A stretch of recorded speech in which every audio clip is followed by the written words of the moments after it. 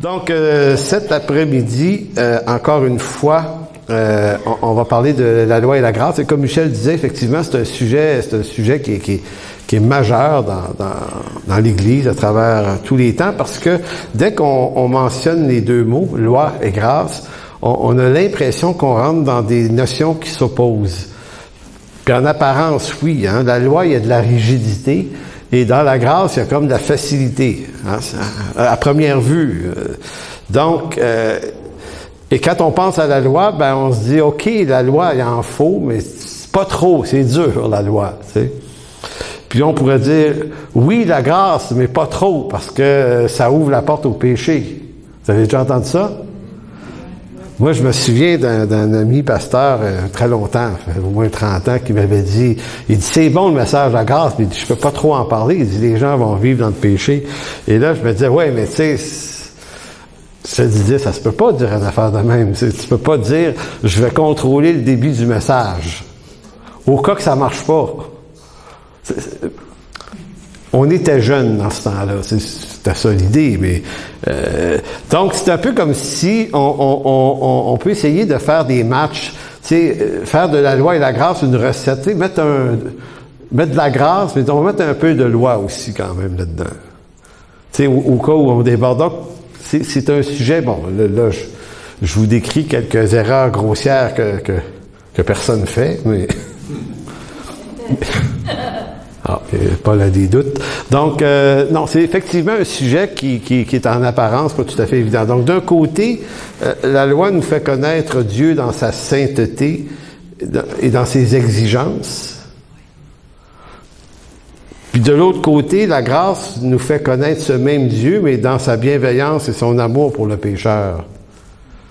Donc, d'un côté, la loi nous présente dans sa sainteté, sa sévérité, et d'un autre côté, dans sa bienveillance. Donc, la question qui est à se poser, Dieu est lequel des deux? Les deux. C'est bon?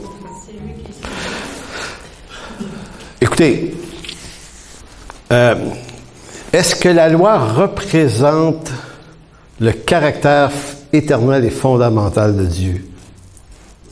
Oui. C'est sûr? Oui. OK. Donc, est-ce qu'avant la création du monde, avant la création de l'homme, Dieu avait besoin de dire au Fils de ne point convoiter? Est-ce que ce que la loi nous dit, c'était utile, ça, à Dieu? Est-ce que c'était à la base de son caractère s'il est dans un univers et un monde où le péché n'existant pas, la loi, et qu'il n'y a pas de loi?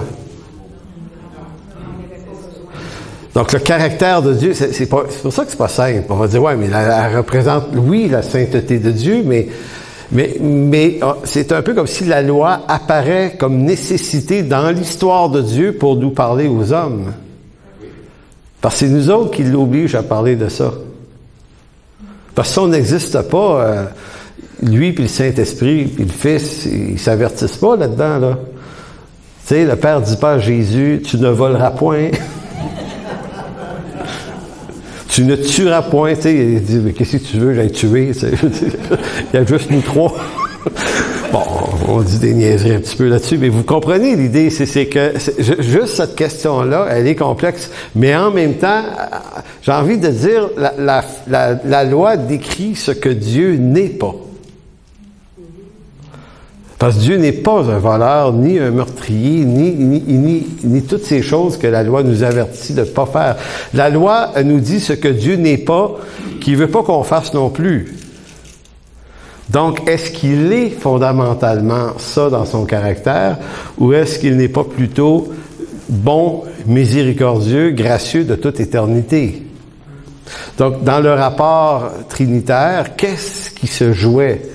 Mais c'est compliqué parce que, encore là, pour compliquer la question, c'est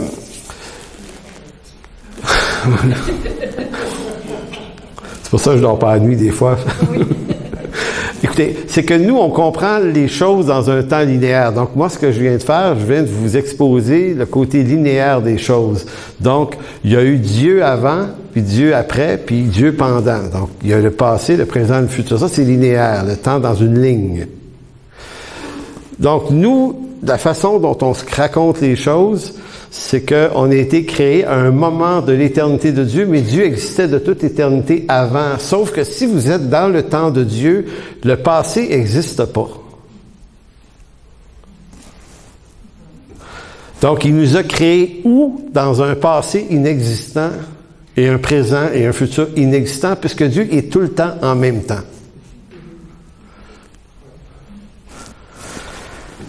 Petite gorgée, voilà. On peut pas aller plus creux que ça là, pour cette question-là, mais ça nous instruit quand même que Dieu va créer l'homme, il se met en relation avec l'homme, et l'homme devient pécheur, et là, ça implique que Dieu puisse éclairer la loi, éclairer le péché de la loi. Je sais pas, c'est Budo, là. Va éclairer le péché de l'homme par la loi. La loi, c'est le moyen par lequel Dieu nous dit à nous. C'est quoi notre condition pécheresse? C'est pour ça que, quand on va rentrer dans Romains 7, c'est un chapitre complet là-dessus. Il dit, « Je n'aurais pas connu le péché si ce n'est que par la loi. » Maintenant, je savais que j'étais pécheur avant que la loi soit donnée. L'humanité n'a pas appris sa condition pécheresse quand Moïse est arrivé avec les 20 commandements. Hey, ça va pas bien, j'ai dit ça.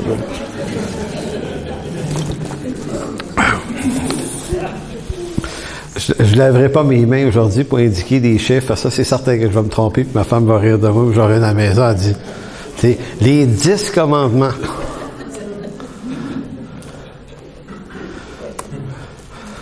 Donc, j'y étais rendu. Les 20 commandements.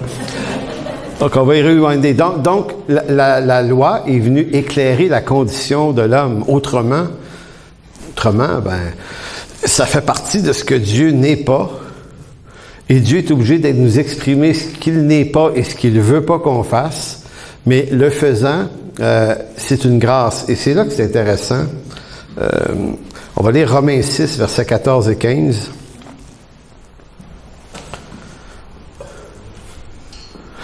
On pourrait dire en quelque sorte que Dieu est-il plus que ce que sa loi nous apprend de lui, parce que la loi nous apprend des choses sur Dieu, évidemment, ou est-il davantage ce que sa grâce nous présente de lui? Donc, est-ce que Dieu est fondamentalement juste un Dieu en colère, ou est-il pas plutôt un Dieu miséricordieux et plein de bonté? Il est davantage un Dieu miséricordieux. Tu peux pas dire Dieu est à la fois les deux. Dieu peut se mettre en colère. Puis c'est un peu comme... on peut comparer ça à des parents. Vous êtes des parents, êtes-vous... vous dit fondamentalement, moi, pour être un bon parent, il faut que je sois toujours en colère. Mais des fois, bon. Non, vous vous mettez dans une posture d'être bienveillant envers vos enfants. C'est ce que naturellement on est. La colère, c'est quelque chose qui arrive, qui se présente dans une situation où on doit corriger une affaire, mais c'est pas fondamentalement la méthode. Donc, j'exprime l'idée que ça représente probablement aussi le caractère de Dieu. Donc, verset 14, Romains 6, « Car le péché n'aura point de pouvoir sur vous, puisque vous êtes non sous la loi, mais sous la grâce. » C'est un texte qui est facile à lire, puis qui est rempli de complexité. Et d'apparentes contradictions, qui ne sont pas des contradictions, là. Mais, puis le verset 15 dit, « Quoi donc? Pécherions-nous parce que nous ne sommes plus sous la loi, mais sous la grâce? » Et Paul termine en disant, « Mais loin de là, ou jamais de la vie. » La complexité du texte ici, et je vais le redire une couple de fois, c'est que on comprend que la loi a pour mandat de freiner le mal. Donc la loi deal avec le mal et le péché. Mais ici, Paul, ce qu'il nous apprend, c'est que c'est pas par la loi qu'on va être enlevé du pouvoir du péché, mais ça va être la grâce. Donc c'est particulier comme déclaration. Parce qu'on est convaincu d'avoir besoin d'une loi. Et ce monde a besoin de lois pour gérer le chaos. Donc, dans notre frame de référence, loi égale gestion de la folie, du chaos, freinage de tout ce qu'il peut y avoir de bêtises en nous. Et la grâce, ça sonne comme relâchement des principes de discipline, de nécessité. La grâce, ça semble être comme ça. Puis souvent, je me souviens, il y a 25-30 ans, c'était comme ça qu'on entendait beaucoup parler de la grâce, et ça explique pourquoi certains enseignants craignaient la doctrine de la grâce, parce que la façon dont ils l'entendaient mal. Donc ça voulait dire que grâce veut dire Dieu a abaissé les standards. Donc avant ça, c'était sévère dans l'Ancien Testament. Dans le Nouveau Testament, c'est beaucoup moins sévère. Fait que tu peux voler un peu, mentir, tricher, convoiter. C'est comme si ça avait aucune ou beaucoup moins de conséquences. C'est vrai que ça a moins de conséquences au sens où les conséquences de nos fautes sont tombées sur Christ, il a pris notre punition. Mais en fonction de la mesure de la sainteté de Dieu, c'est pas une question de Nouveau ou d'Ancien Testament. Le péché, sous toutes ses formes, reste toujours une offense à Dieu. Et la grâce dit pas, c'est pas grave. Elle dit, c'est grave, mais quelqu'un a payé pour toi. Mais elle te dit pas, vu que quelqu'un a payé pour toi, ben, ça a plus d'importance que tu le fasses. Elle dit pas ça non plus. Car le péché n'aura point de pouvoir. Le mot pouvoir ici, c'est le même mot qu'on utilise pour définir la seigneurie de Christ. C'est-à-dire, c'est un mot qui vient du mot kurios, qui veut dire Seigneur. Dans beaucoup d'autres textes, lorsqu'il est question de pouvoir, de puissance, ça va être le mot exousia, quelquefois. Ça peut être le mot dynamis aussi. Énergéo, énergie. Donc, toute puissance, pouvoir, ça peut se traduire à travers différents mots grecs. Mais ici, c'est kurios. Et le fait que ce soit kurios, ça oriente la pensée de Paul. On comprend que ce qu'il est en train de dire, car le péché n'aura plus de seigneurie sur vous. C'est pas comme si Paul est en train de dire, vous ne pécherez plus. Il est en train de dire qu'en Jésus-Christ, c'est Christ le Seigneur qui est le nouveau Seigneur de nos vies et non plus ce qui est né d'Adam. Donc c'est pour ça que la contradiction disparaît quand on comprend ça.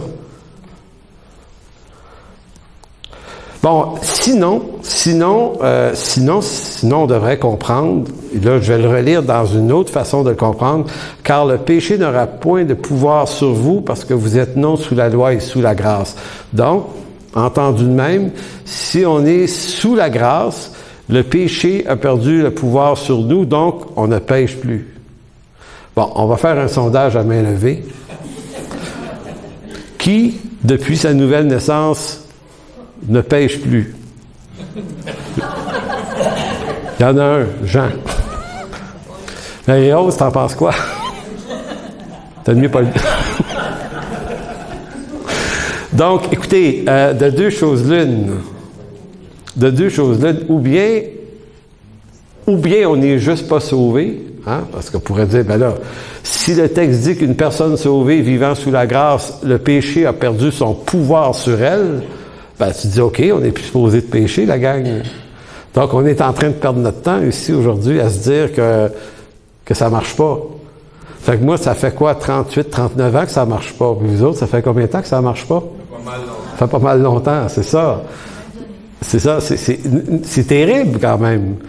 Alors, ou bien on n'est pas sauvé, ou bien on comprend mal ce que Paul essaye de nous dire. Et souvent, c'est qu'on comprend mal ce que Paul essaie de nous dire, parce que si vous prenez ce texte et vous le tirez de son contexte, et que vous lisez pas jusqu'à la fin du chapitre 7, parce qu'il fait une déclaration ici, puis ça y prend un chapitre et demi de l'expliquer.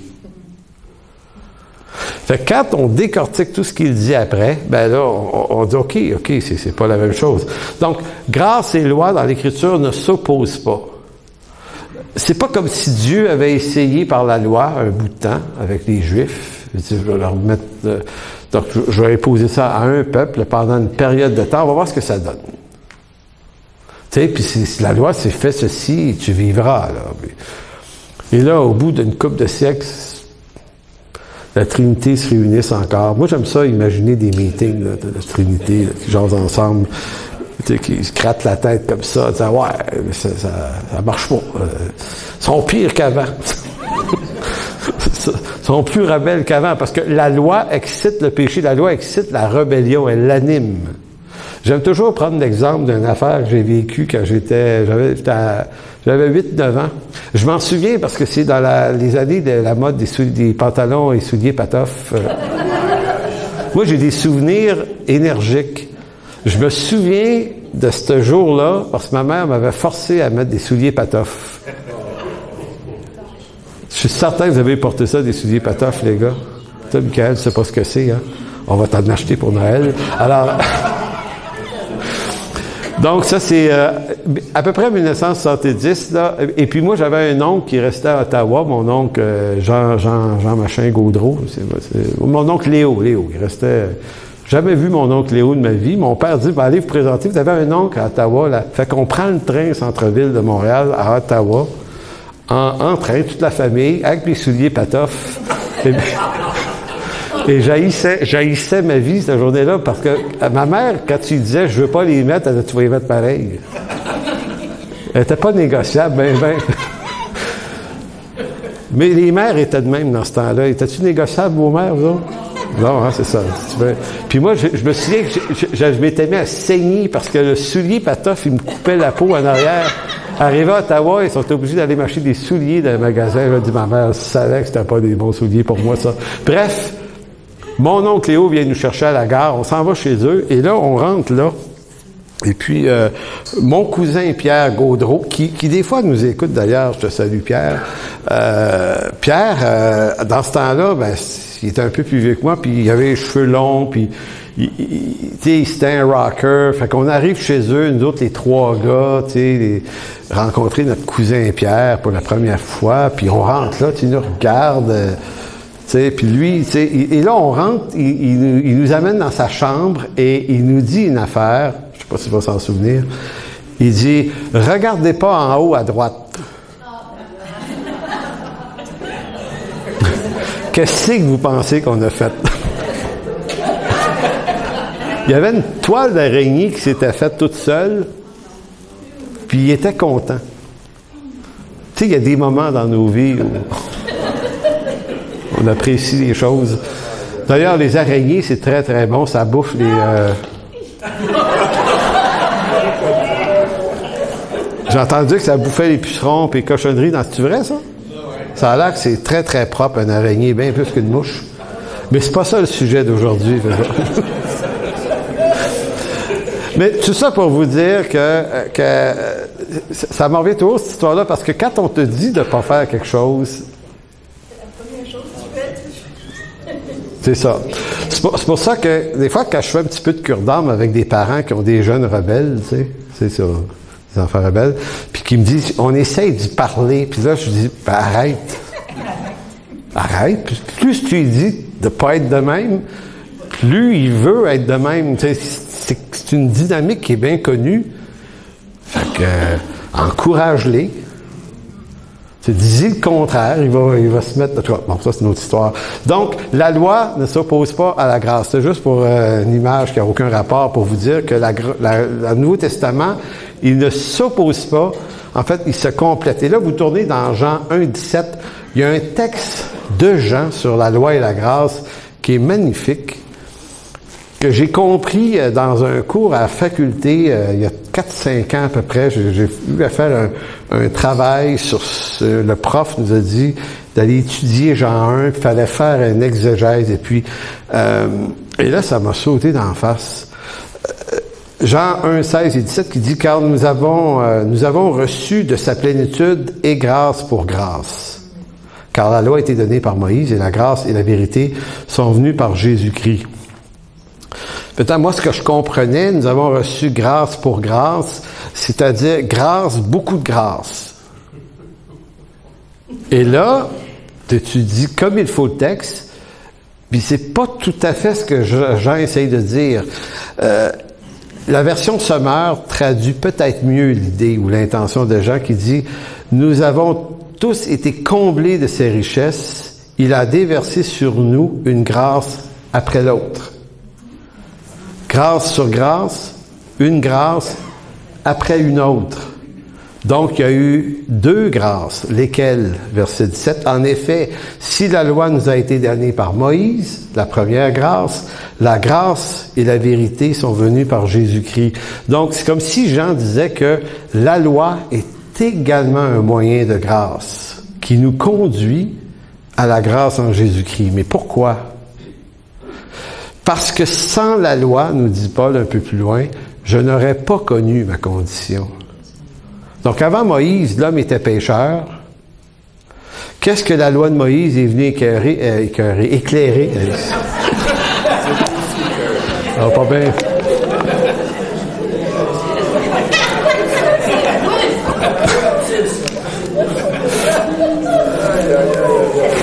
On va s'en sortir.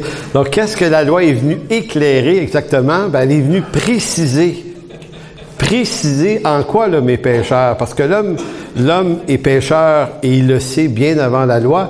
Et dans la conscience de l'homme, comme par exemple, vous avez cet épisode dans le livre de l'Exode, lorsque Pharaon demande aux femmes, aux sages-femmes d'avorter les bébés mâles, elles le font pas.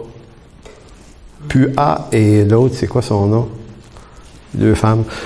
Puis certains ont dit, hey, elle a désobéi à l'autorité, donc ça se peut désobéir à l'autorité. Ben oui, quand l'autorité te demande de faire une chose qui est contraire à la loi de Dieu, tu dois dire non. Maintenant, il y a quelqu'un qui dit, oui, mais la loi de Moïse n'était pas encore donnée. Oui, mais tu ne tueras point, c'est déjà installé, c'est déjà instauré. L'homme le sait. Le mal est déjà présent, il le sait. Sauf que la loi, elle vient préciser, avec beaucoup de précision, en quoi l'homme est-il pécheur et en quoi offense-t-il Dieu. Donc, c'est ça la loi.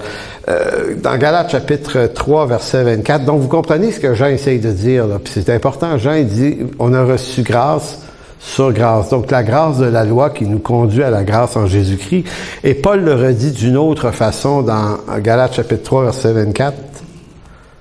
Il dit, « Ainsi, la loi a été donnée comme un pédagogue pour nous conduire à Christ. » C'est intéressant. La loi nous a été donnée comme un pédagogue. Donc, quand Paul dit que nous ne sommes plus sous la loi, il n'est pas, lui, en train de dire, ben, c'était mauvais, Dieu a une meilleure idée. Dans le Nouveau Testament, il s'est rendu compte que ça marchait pas, la loi dans l'Ancien Testament. Il s'est dit, ben, on n'a pas le choix. Ils sont trop imbéciles. On va leur faire grâce. Il y aurait d'autres affaires avec eux autres. Mais non. La grâce, c'est le plan de Dieu, mais pour faire intervenir la grâce efficacement, il fallait absolument qu'il y ait un décret légal. Et écoutez, c'est un peu comme si la police vous arrête. Elle peut pas vous arrêter pour rien. Puis elle peut pas vous accuser devant une cour d'un crime que le code pénal a jamais clarifié. C'est ce qu'on appelle, je pense, des vides juridiques, hein, c'est ça? Tu sais, c'est-à-dire que il y a pas de loi qui condamne ce que tu as fait. Tu te dis, oh, qu'est-ce qu'on fait avec lui? Donc, Dieu est très légal dans sa démarche. S'il veut pouvoir déclarer que l'homme est pécheur et condamnable à mort, il faut qu'il y ait un code qui décrit de quoi il est condamnable au juste. Donc, la loi, c'est ce qu'elle vient faire comme travail. Maintenant qu'elle a fait ce travail-là, on est ou soit condamné ou soit pardonné. Gracié. Donc, la grâce de Dieu nous sauve de la condamnation de la loi. Donc, c'est pour ça qu'on a reçu grâce sur une autre grâce, ou suivi d'une autre grâce.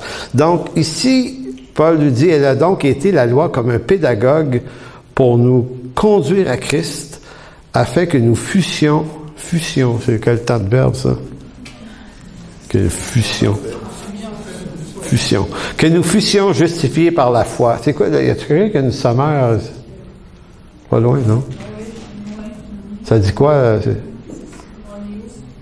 Galates 3, 24. Ainsi, la loi a été comme un gardien chargé de nous conduire à Christ pour que nous soyons déclarés justes devant Dieu par la foi. Bon, t'as entendu?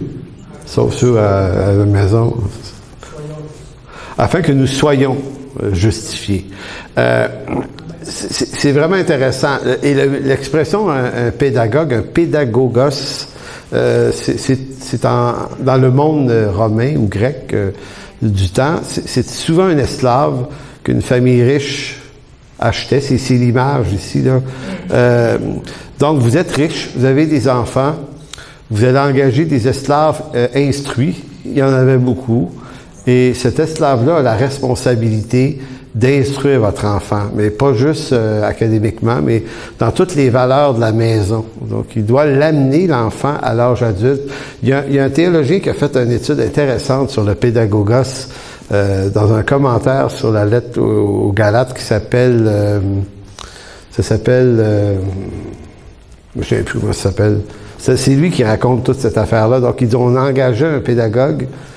Puis le père dit au pédagogue, je te donne la responsabilité de faire de mon enfant un adulte responsable et éduqué.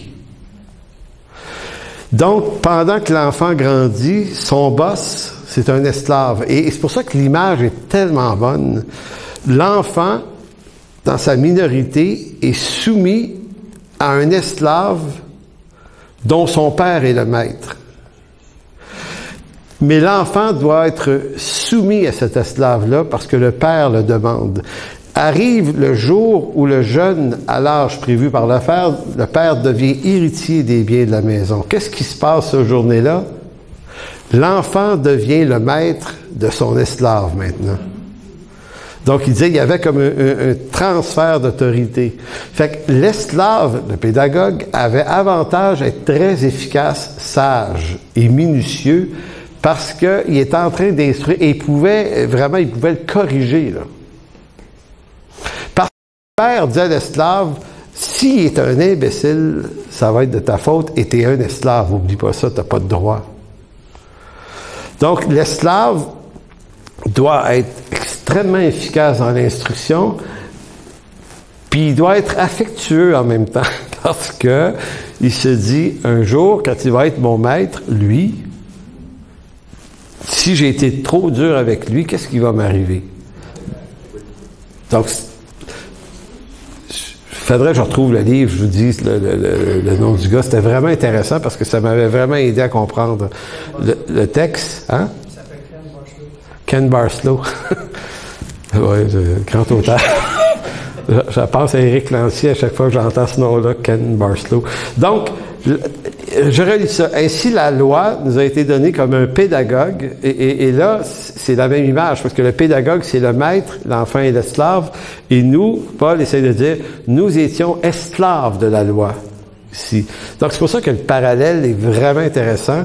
Mais le but du pédagogue, c'est pas de nous maintenir sur son esclavage, c'est de nous livrer éventuellement à Jésus-Christ. Donc, le pédagogue nous amène à la grâce en Jésus-Christ pour que nous fussions justifiés par la foi. La foi étant venue, qu'est-ce qui se passe avec ce pédagogue? Paul dit, nous ne sommes plus sous ce pédagogue. Maintenant, ça ne dit pas que le pédagogue ou tout ce qu'il a fait était inutile, ça nous dit qu'il a été extrêmement important et très utile dans le développement. C'est juste que maintenant, on passe à une autre économie. Donc, c'est de la loi que vient la connaissance du péché. C'est de la grâce que vient la solution du péché. Donc, la solution est inutile s'il n'y a pas eu une connaissance de la condition préalablement. Dire que nous ne sommes plus sous la loi ne signifie pas que la loi n'est pas bonne. Donc, on ne doit pas sombrer dans l'antinomie, ce qui est un piège chez certains chrétiens. L'antinomie, c'est dire on n'est plus sous la loi, il n'y a pas de loi. Il n'y a plus de loi. C'est faux. C'est pas de l'antinomie. Et que ces exigences, les exigences de la loi sont caduques, c'est plutôt de dire que la loi, dans son rapport à la justification du pécheur, n'est plus un empêchement ou n'est pas un empêchement au salut, mais un moyen qui nous conduit au salut, mais le moyen du salut, c'est Christ, et non pas la loi. Donc, vous voyez, c'est comme s'il y a une sagesse de Dieu dans la continuité des choses. C'est pour ça que dans la théologie, ils vont dire la continuité entre Ancien et Nouveau Testament, elle est importante à comprendre parce que beaucoup de croyants écoutez, moi j'ai cru ça quand j'étais très jeune dans la foi, je me disais, ben là, c'est plus l'Ancien Testament, ça, on est dans le Nouveau, là. Je sais de quelqu'un qui m'avait dit, pourquoi tu lis l'Ancien Testament? D'autres, c'est Jésus, mais tu sais, si tu comprends pas l'Ancien Testament, ben tu saisis pas les richesses du Nouveau non plus. Donc, ne plus être sous la loi n'est pas être sans loi. C'est plutôt d'être par attachement à Christ, désireux d'en honorer les principes. Donc, la loi nous est plus utile sous la forme du code qui condamne, puisque notre condamnation est tombée sur Christ. Donc, en d'autres mots, le bras légal de la chose a déjà agi en notre défaveur, en nous clouant à la croix avec Christ, mais ressuscité avec lui, on est délivré de la colère, mais donc délivré de la loi. Mais de la loi au sens du salut, de la justification. Mais est-ce que la loi reste bonne? Est-ce que c'est une bonne idée dans la grâce de dire, on peut voler d'abord, on peut mentir, on peut tricher, on peut convoiter, pas plus. Ça reste que ce sont des choses qui offensent Dieu quand même, de toute façon. Donc, le problème, comme je disais, c'est notre compréhension. Nous, on est habitué de penser que la loi, c'est le seul moyen de freiner le mal. Tu sais, c'est comme si on disait, Paul semble dire que la grâce, lui ici, est beaucoup plus efficace que la loi pour détruire le pouvoir du péché en nous. Donc, c'est ça le grand dilemme du texte.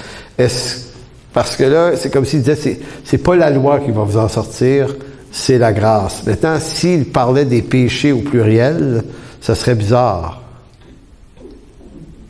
Parce qu'on se l'est dit tout à l'heure, on est croyant depuis 10, 15, 20, 30, peut-être 40 ans, et on sait très bien que le péché est encore dans nos vies. N'est-ce pas l'œuvre de la loi de freiner le mal? Normalement, la réponse à ça, c'est oui et non. La loi ne règle pas le problème du mal. Au mieux, elle précise. Donc, comment l'apôtre Paul peut-il affirmer que le pouvoir du péché serait brisé par la loi au nom qu'on serait plus sous la loi? Je ne sais pas si j'arrive à bien dire. Comment le pouvoir du péché peut être brisé si on n'est plus sous la loi qui est supposée de le freiner? L'argument ici dont il faut discerner l'importance est que dans la pensée de Paul, il faut la loi pour freiner le mal, et c'est vrai. Mais en réalité, ce que Paul est en train d'essayer de nous dire ici, c'est pas que la grâce va vous faire pécher moins que la loi. C'est pas que... Comment j'appelle ça? L'apôtre Paul ne cherche pas ici un frein. Il n'est pas en train de nous parler d'un frein pour diminuer l'action du péché, mais il parle d'une solution pour anéantir l'action du péché. J'essaie de distinguer entre les deux. L'action du péché, diminuer l'action du péché ou anéantir l'action du péché. C'est quoi la différence entre ces deux choses-là? Quand on parle de diminuer l'action, c'est le péché moins. Ça, la loi peut le faire. C'est la loi qui nous instruit à ne pas faire telle et telle chose. Donc, ce que la loi peut faire, c'est juste freiner le mal. Elle ne peut pas en régler le problème, à l'origine, à la source. La grâce, elle, ne fait pas que freiner le mal. Elle l'anéantit. Elle l'anéantit par Christ et son sacrifice. Donc, c'est pour ça que dans le même texte, un peu juste avant le verset 14, il avait dit, considérez-vous comme mort au péché et vivant pour Dieu. Donc, Paul, au fond, est toujours dans le même discours aussi. L'importance de cette déclaration-là, c'est que, souvenez-vous que la semaine passée, ou l'autre semaine d'avant, on s'était dit, si Paul est en train de dire qu'un chrétien, c'est quelqu'un qui ne pêche plus jamais parce qu'il est sous la grâce et non sous la loi, ben, il sera en contradiction avec lui-même, puisque dans 1 Timothée, il disait, je suis le chef des pécheurs. Donc, on comprend bien que c'est pas ça que Paul veut dire. Là, je vais vous lire une suite de déclarations.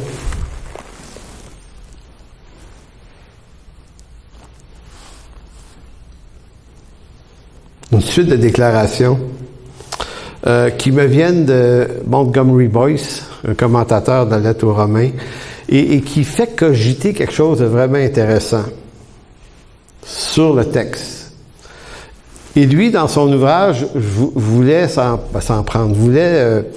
démonter le raisonnement de certains chrétiens légalistes qui utilisent Romains 6 pour dire aux gens qu'ils ne devraient plus pécher parce qu'ils sont sous la grâce.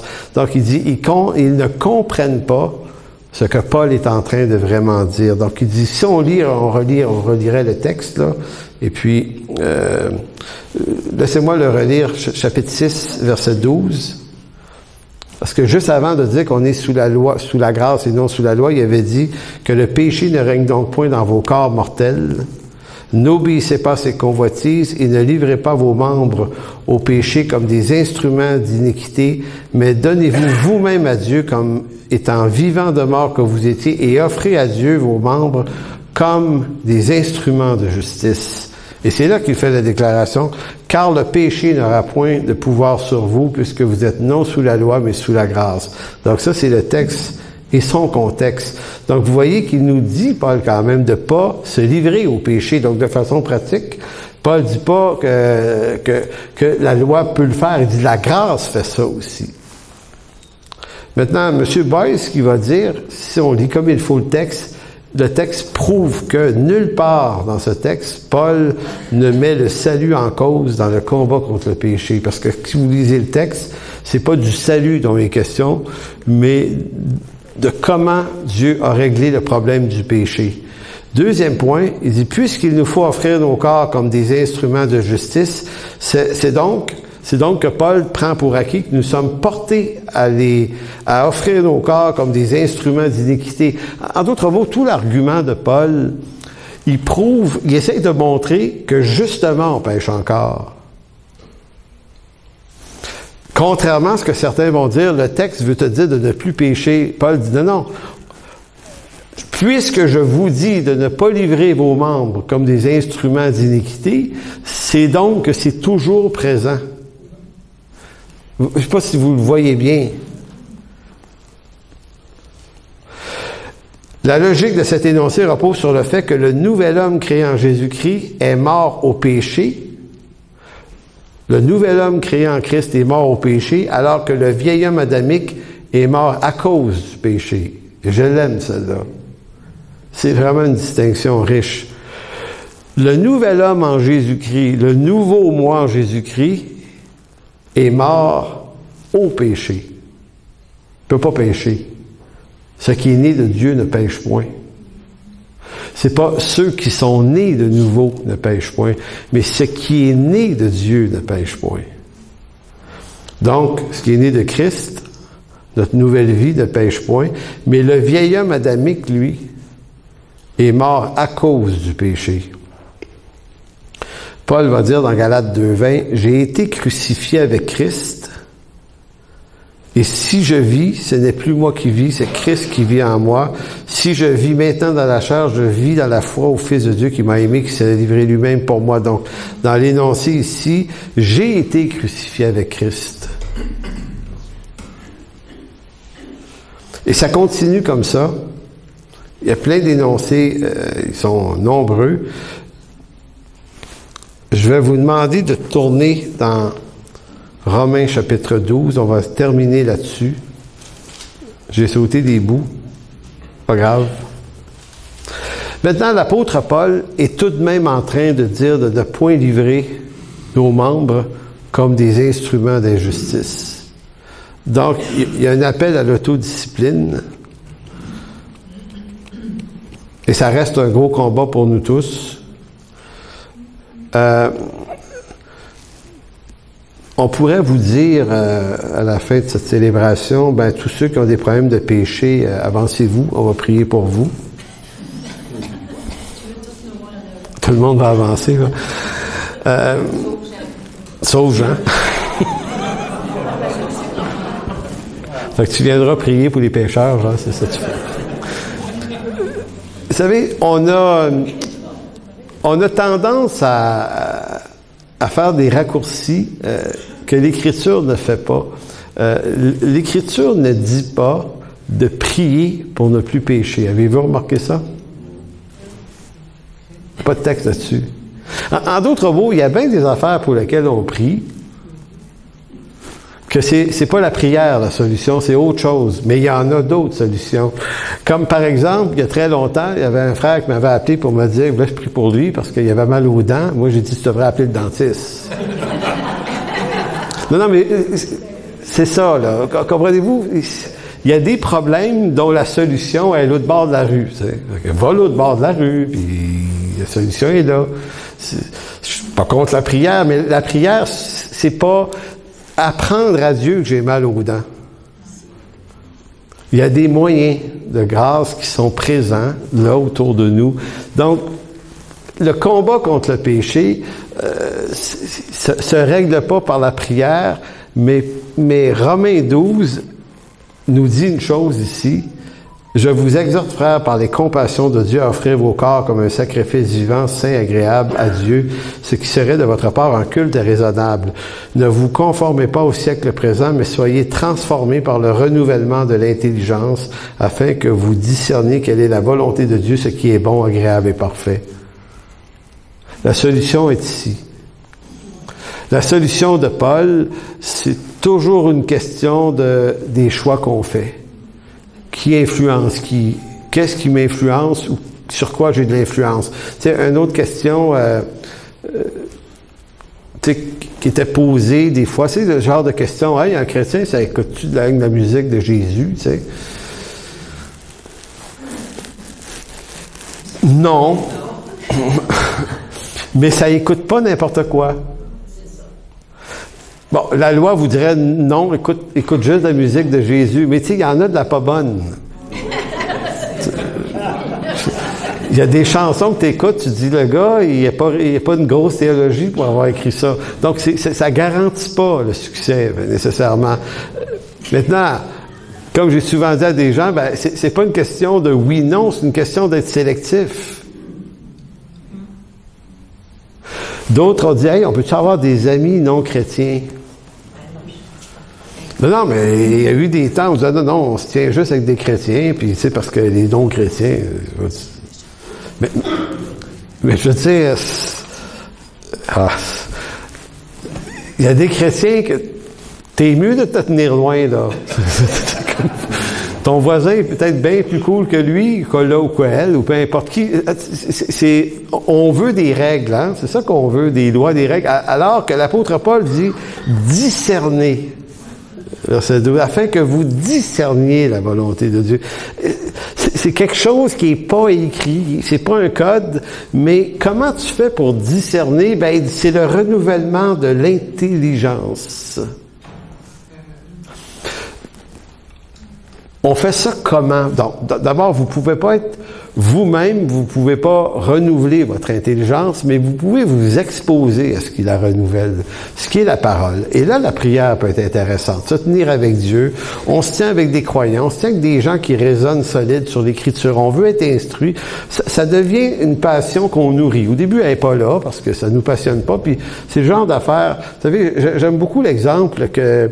Si vous avez de l'argent, mettons, et que vous la placez en bourse, je ne sais pas s'il y en a qui font ça, là, vous ne devez pas avec, c'est pas de mes affaires, mais vous savez, quand tu t'ouvres, je ne sais pas si ça existe encore dans le journal, là, la presse, tu sais, il y avait une page complète et ça, là, c'est le truc le plus tough à lire dans le journal, parce que c'est petit, là. C'est le bout que tu lis pas ça, tu sais. Ben, tu lis pas ça. Mais si tu as de l'argent placé, tu lis ça, hein? Sors ta loupe, ton microscope, trouve la patente, tu veux le voir, là, le rendement. Probablement que tu n'as plus besoin d'un journal pour le savoir aujourd'hui. Mais pourquoi tu vas lire ça? Ben, parce que tu as mis de l'intérêt dans ça. Fait que si tu as de l'intérêt dans ça, tout à coup, ça t'intéresse. Mais si tu places pas des choses dans ça, ben ça t'intéressera pas. Puis l'Écriture, c'est la même chose. L'Église, c'est la même chose. La vie de corps, c'est la même chose. Donc, si c'est obligé, c'est plate. Mais si tu as de l'intérêt dans ça, c'est un peu plus la passion qui te donne envie de vivre ça, puis d'être là, puis de la comprendre, la parole, puis de développer, entendre des enseignements, s'exposer, qui fait que ton intelligence, c'est la promesse qui est faite, si ton intelligence est renouvelée, ben ça va activer le muscle du discernement. Puis le discernement va te communiquer, va te faire voir assez clairement quelle est la volonté de Dieu, bon, agréable et parfait. Fait que là, c'est pas de savoir j'ai-tu le droit, j'ai-tu pas le droit. Est-ce que c'est utile ou est-ce que c'est pas utile? Tu sais, dans les relations, la question, c'est qui influence qui? Puis il y a des personnes avec qui j'ai coupé relation parce que je veux pas leur influence, c'est tout. C'est même pas une question qu'ils soient croyants ou pas.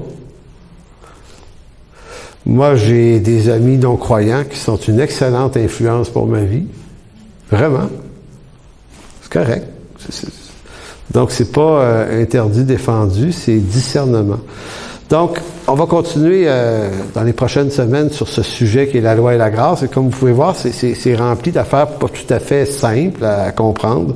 Mais ce qu'on va surtout s'appliquer à saisir, c'est le texte qui suit dans Romains 6 et 7. Parce que là, il y a du gravy pas mal dans ça. C'est des sortes de subtilités. Le chapitre 7 de Romains, notamment, est un des textes sur lequel il y a beaucoup de débats dans les grands théologiens, à savoir, est-ce que Paul parle de ce qu'on vit maintenant ou il parle de ce qu'on était avant par rapport au péché, toutes sortes d'affaires là-dedans. On va essayer de démêler ça dans les prochaines semaines. Alors, merci Père de bénir ce temps qu'on passe en Église aujourd'hui. Merci pour ta bonté. Surtout, Seigneur, on est juste béni, Seigneur, de ce que tu nous as regardé favorablement pour nous faire grâce pour nos offenses. Seigneur, c'est une grande bénédiction. On ne réalise pas aujourd'hui, là, parce que malgré qu'on est sauvé, on reste en bonne partie aveugle de notre condition. On est aveuglé aussi de la réelle bénédiction dont tu nous as fait part par ton salut. On ne réalise pas, Seigneur, de tout ce que tu nous as délivré. Alors, merci. Merci d'avance, Seigneur, dans ton précieux nom, Jésus. Amen. Donc, on va faire 2 chansons encore, si vous voulez bien, mais juste avant, j'inviterai...